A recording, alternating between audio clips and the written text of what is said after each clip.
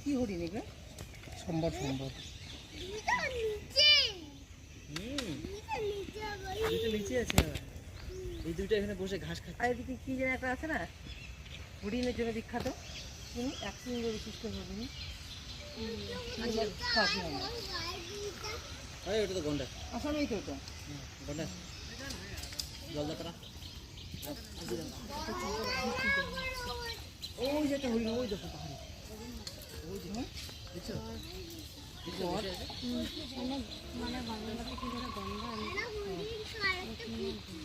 গন্ডার।